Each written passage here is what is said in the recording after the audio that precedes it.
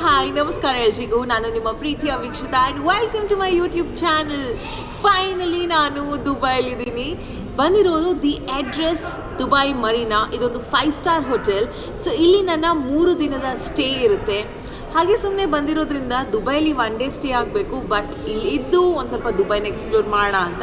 ಯಾಕಂದರೆ ಇದು ಆದಮೇಲೆ ನಾನು ಹೋಗ್ತಾ ಇರೋದು ಎಲೈನ್ ಅನ್ನೋ ಸ್ಟೇಟ್ಗೆ. ಸೊ ಹಾಗಾಗಿ ಈ ಹೋಟೆಲ್ ಹೇಗಿದೆ, ಇಲ್ಲಿ ಏನೇನು ಅಮ್ಯುನಿಟೀಸ್ ಇದೆ ಪ್ರತಿಯೊಂದು ತೋರಿಸ್ತೀನಿ. ಸೂಪರ್ ಆಗಿದೆ ಗೊತ್ತಾ. ಸೊ ತಡ ಮಾಡಿದೆ ಇವತ್ತಿನ ಈ ಒಂದು ವಿಡಿಯೋನ ಶುರು ಮಾಡೋಣ.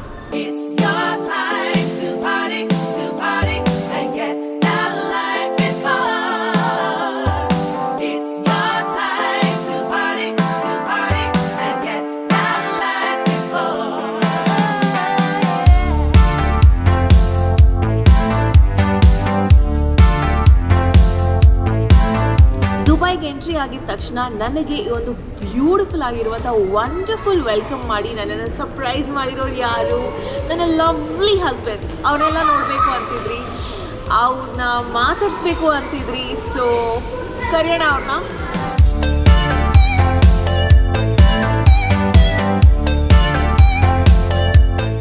ಹಾಯ್, ನಮಸ್ಕಾರ ಎಲ್ರಿಗೂ.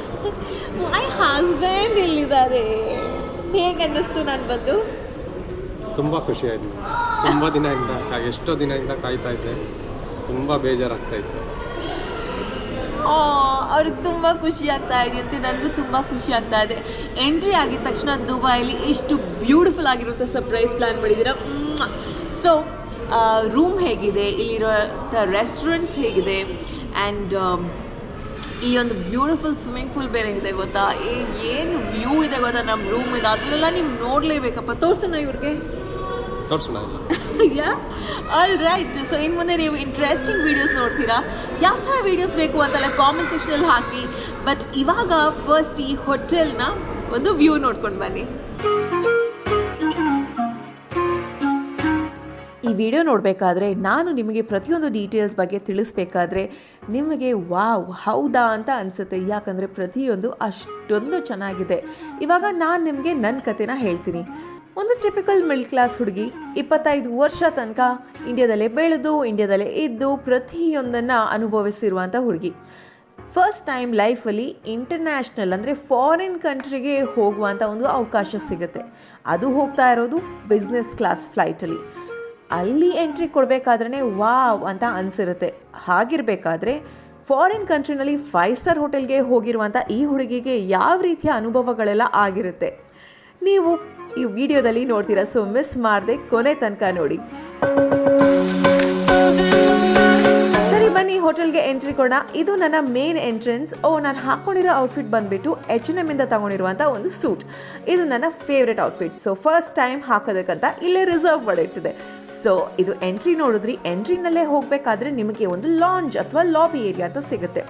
ಇಲ್ಲೆಲ್ಲ coffee, tea, business meetings, casual ಆಗಿ ಕೂತ್ಕೊಂಡು ಅವರು ಟೈಮ್ ಪಾಸ್ ಎಲ್ಲ ಮಾಡ್ತಾರೆ. ಅದ್ರ ಜೊತೆಗೆ ಇಲ್ಲಿ ಕೆಫೆ ಥರ ಇದೆ. ನಿಮಗೆ cookies, chocolates, pastries, coffee, tea ಎಲ್ಲನೂ ಸರ್ವ್ ಮಾಡ್ತಾರೆ. ಇದನ್ನೆಲ್ಲ ನೋಡ್ತಾ ನನಗೆ ಆಹಾ ಎಷ್ಟು ಚೆನ್ನಾಗಿದೆಯಪ್ಪ, ಇದನ್ನು ಹೇಗಪ್ಪ ಜನರು ತಿಂತಾರೆ, ಇಷ್ಟು ಚೆನ್ನಾಗಿರೋ ಪ್ರೆಸೆಂಟೇಷನ್ ಎಲ್ಲ ಇದೆಯಂತ ಅನಿಸ್ತು. ನಮ್ಮ ಇಂಡಿಯಾ ಏನೂ ಕಮ್ಮಿ ಇಲ್ಲ ಬಿಡಿ. ಯಾಕಂದರೆ ಅಲ್ಲೂ ಚೆನ್ನಾಗಿರೋ ಹೋಟೆಲ್ಸಲ್ಲಿ ಈ ಥರ ಪ್ರೆಸೆಂಟೇಷನ್ಸ್ ಎಲ್ಲ ಮಾಡೇ ಮಾಡ್ತಾರೆ. ಇಷ್ಟು ಸಮಯ ಭಾರತದಲ್ಲಿ 5 ಸ್ಟಾರ್ ಹೋಟೆಲ್ಸ್ಗೆಲ್ಲ ಹೋಗಿರುವಂಥ ಅನುಭವ ಇದೆ. ಆದರೆ ಮೊದಲನೇ ಬಾರಿಗೆ ಒಂದು ಹೊರದೇಶದ ಕಂಟ್ರಿನಲ್ಲಿ, ಅದು Dubai, the world's most popular tourism ಕಂಟ್ರಿನಲ್ಲಿ ನಾನು 5 ಸ್ಟಾರಲ್ಲಿ ಉಳ್ಕೋತಾ ಇದ್ದೀನಿ ಅಂದರೆ ನನಗಂತೂ ನಂಬೋದಕ್ಕೆ ಸಾಧ್ಯನೇ ಇಲ್ಲ. ಹೋಟೆಲ್ ಬಗ್ಗೆ ತಿಳಿಸ್ತೀನಿ, ಇಲ್ಲಿ ಯಾವ ರೀತಿ ಮಸ್ತಿ ಮಜಾ ಮಾಡಿದೆ ಅದೆಲ್ಲ ತಿಳಿಸ್ತೀನಿ. ಬಟ್ ಅದಕ್ಕೂ ಮುಂಚೆ ನೀವು ಇಲ್ಲಿ ವೆರೈಟಿ ಫುಡ್ ಏನೆಲ್ಲ ಇತ್ತು ನಮ್ಮ ಪ್ರತಿದಿನದ ಬ್ರೇಕ್ಫಾಸ್ಟ್ಗೆ ಅಂತ ನೋಡಿ. ಪ್ಯಾನ್ ಕೇಕ್ ತಿನ್ನಬೇಕು.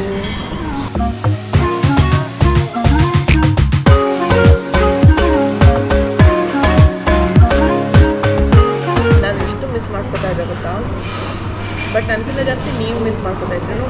ನೀವು ಒಬ್ಬರೇ ಇರ್ತಿದ್ದಲ್ಲ, ನಾನು ಅಲ್ಲಿ ಹೋಗ್ತೇನೆ.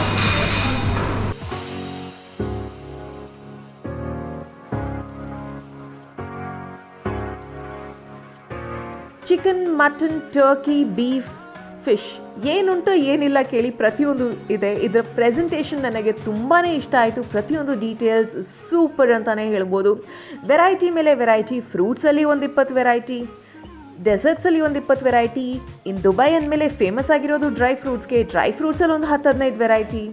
ಆಮೇಲೆ ಫುಡ್ ಐಟಮ್ಸಲ್ಲಿ ಕೇಳೋದೇ ಬೇಡ, ಸೌತ್ ಇಂಡಿಯನ್ ಇತ್ತು, ನಾರ್ತ್ ಇಂಡಿಯನ್ ಇತ್ತು, ವೇಗನ್ ಫುಡ್ ಇತ್ತು, ನಾನ್ ವೆಜಿಟೇರಿಯನ್ ಇತ್ತು, ವೆಜ್ ಇತ್ತು, ಫಾರಿನರ್ಸ್ ಟೇಸ್ಟಿಗಿತ್ತು, ಇಂಡಿಯನ್ ಟೇಸ್ಟಿಗೂ ಇತ್ತು. ಯಾಕಂದರೆ ಇಲ್ಲಿ ಜಾಸ್ತಿ ಇಂಡಿಯಾದವರು ಇದ್ದೇ ಇದ್ದಾರೆ, ಸೊ ಇಂಡಿಯನ್ ಟೇಸ್ಟಿಗೆ ಮಾಡಲೇಬೇಕಾಗುತ್ತೆ. ಬಟ್ ಇಂಡಿಯಾದಲ್ಲಾಗಲಿ ಹೊರದೇಶದಲ್ಲಾಗಲಿ 5 ಸ್ಟಾರ್ ಹೋಟೆಲ್ ಅಂದಮೇಲೆ ನಮ್ಮ ಟೇಸ್ಟ್ ತಕ್ಕಂತೆ ಜಾಸ್ತಿ ಖಾರ ಎಲ್ಲ ಇರಲ್ಲ, ಎಲ್ಲ ಮೀಡಿಯಮ್ ಆಗಿರುತ್ತೆ. ಯಾಕಂದರೆ ಎಲ್ಲರೂ ತಿನ್ನಬೇಕು, ಎಲ್ಲರಿಗೂ ಇಷ್ಟ ಆಗಬೇಕು ಅಲ್ವಾ.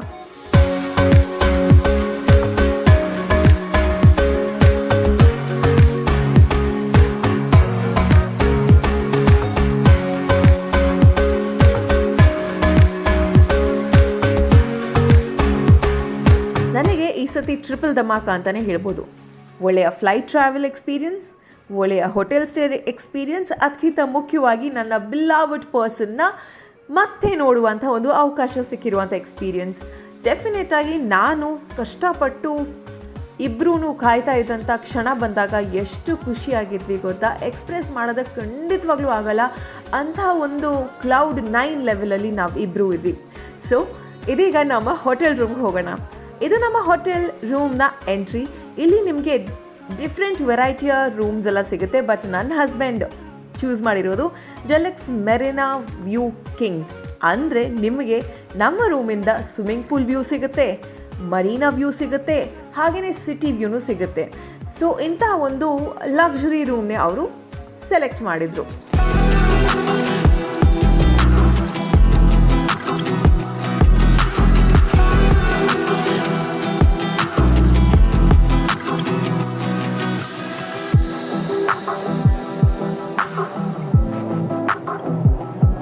ಎಂಟ್ರಿ ಆಗಿದ ತಕ್ಷಣ ನೋಡಿದ್ರಿ ವಿಶಾಲವಾದಂಥ ರೂಮ್ ಇದೆ. ಅಲ್ಲಿ ನಮಗೆ ಬೇಕಾಗಿರೋಂಥ ಕಬರ್ಡ್ ಸ್ಪೇಸ್ ಇದೆ, ಲಾಕರ್ ಇದೆ, ಟಿ ವಿ ಇದೆ, ಒಂದು ಡಿನ್ನರ್ ಟೇಬಲ್ ಸೆಟ್ ಇದೆ, ಹಾಗೆಯೇ ಇದು ವಾಶ್ರೂಮ್ ಏರಿಯಾ ಚೆನ್ನಾಗಿದೆಯಲ್ಲ. ಬಾತ್ ಟಬ್ ಇದೆ, ಶವರ್ ಏರಿಯಾ ಇದೆ, ಆ್ಯಂಡ್ ಕಿಡ್ಸ್ಗಂತ ಮಾಡಿರುವಂಥ ಸೀಟಿಂಗ್ ಇದೆ, ದೊಡ್ಡವ್ರಿಗಂತ ಸೀಟಿಂಗ್ ಇದೆ.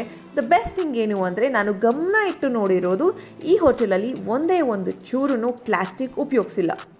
ಅಲ್ಲಿ ಬರ್ತಿರೋದು ಕೂಡ ಹೌದು, ನಿಮಗೆ ಈ ಟವಲ್ ವಾಶಿಗೆ ಹಾಕಬೇಕಂದ್ರೆ ಈ ಒಂದು ಬಕೆಟಲ್ಲಿ ಹಾಕಿ.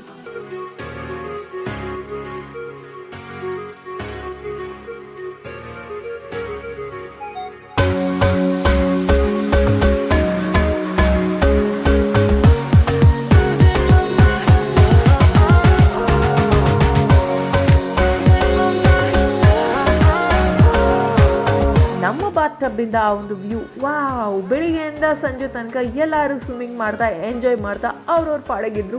ನಾನು ನೋಡ್ಬಿಟ್ಟು ಓಹೋ ಈ ಥರ ಎಲ್ಲ ಇದೆಯಾ ಅಂತ ಅನ್ಕೋತಾ ಇದೆ. ಇದು ನಮ್ಮ ರೂಮಿಂದ ಬರ್ತಾ ಇರುವಂಥ ಒಂದು ಬಾಲ್ಕನಿ ವ್ಯೂ.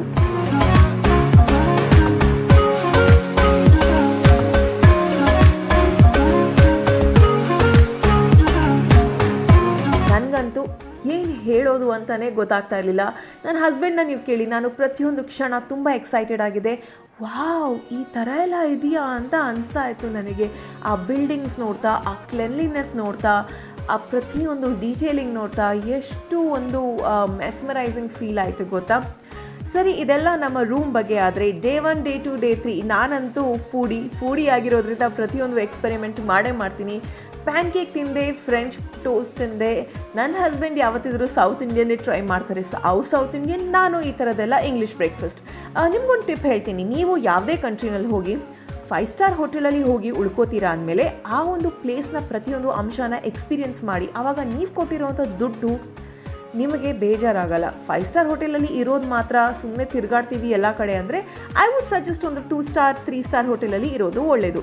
ಬಿಕಾಸ್ ರಾತ್ರಿ ನಿದ್ದೆ ಮಾಡ್ತೀರಾ, ಬೆಳಿಗ್ಗೆದ್ದು ಶಾಪಿಂಗ್, ಟೂರಿಸಮ್, ತಿರುಗಾಡೋದೆಲ್ಲ ಇದೆ. ಬಟ್ 5 ಸ್ಟಾರ್ ಹೋಟೆಲಲ್ಲಿ ಇದ್ದ ಮೇಲೆ ಆ ಒಂದು ಪ್ಲೇಸ್ನ ಎಕ್ಸ್ಪೀರಿಯನ್ಸ್ ಮಾಡೋದು ತುಂಬಾ ಇಂಪಾರ್ಟೆಂಟ್.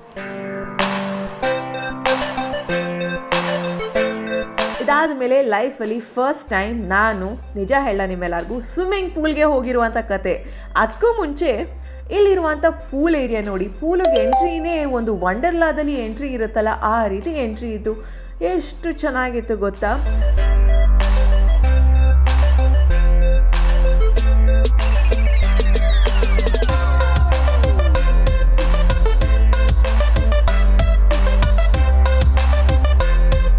ಪೂಲ್ ಸೈಡೇ ಒಂದು ಕೆಫೆ ಕೂಡ ಇತ್ತು. ಇಲ್ಲಿ ಫ್ರೆಂಚ್ ಫ್ರೈಸ್ ಹಾಗೆಯೇ ಚಿಕನ್ ಬ್ರೆಸ್ಟ್ನ ನಾವು ಆರ್ಡರ್ ಮಾಡಿದ್ವಿ. ಅದ್ರ ಜೊತೆಗೆ ಒಂದು ಸ್ವಲ್ಪ ಕಾಕ್ಟೇಲ್ಸ್ ಎಂಜಾಯ್ ಮಾಡಿದ್ವಿ. ಆ್ಯಂಡ್ ಇಂಥ ಒಂದು ಬ್ಯೂಟಿಫುಲ್ ವ್ಯೂ ಸಿಕ್ಕಿದಾಗ ಇದನ್ನೆಲ್ಲ ಮಿಸ್ ಮಾಡಬೇಡಿ ಆಯಿತಾ ನೀವು ಕೂಡ.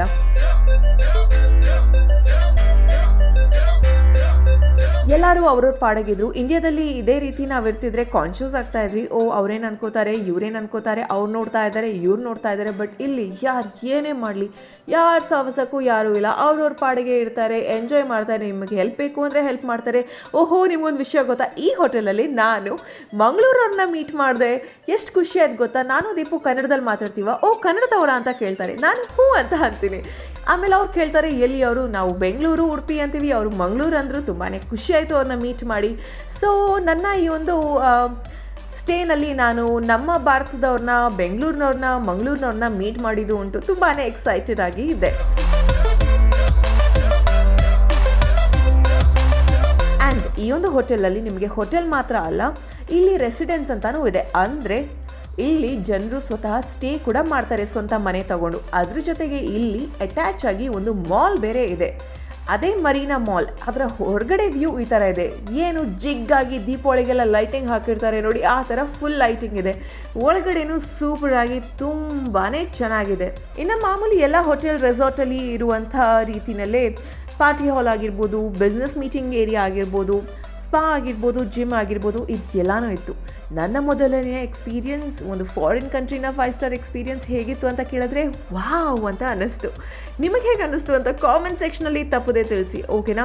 ಓಹೋ, ಇಲ್ಲಿ ಪೂಲ್ ಏರಿಯಾದಿಂದ ನೋಡ್ತಾ ಇದ್ದೀರಾ, ಇಲ್ಲಿಂದ ನಾವಿದ್ದಿದ್ದು 9th ಫ್ಲೋರಲ್ಲಿ, ರೂಮ್ ನಂಬರ್ 911. ಇದೆಲ್ಲ ಸೇವ್ ಇರಬೇಕು, ನೆನ್ಪಿಟ್ಕೋಬೇಕು ಅಂತ ಮೆನ್ಷನ್ ಮಾಡ್ತಾ ಇದ್ದೀನಿ ಅಷ್ಟೇ.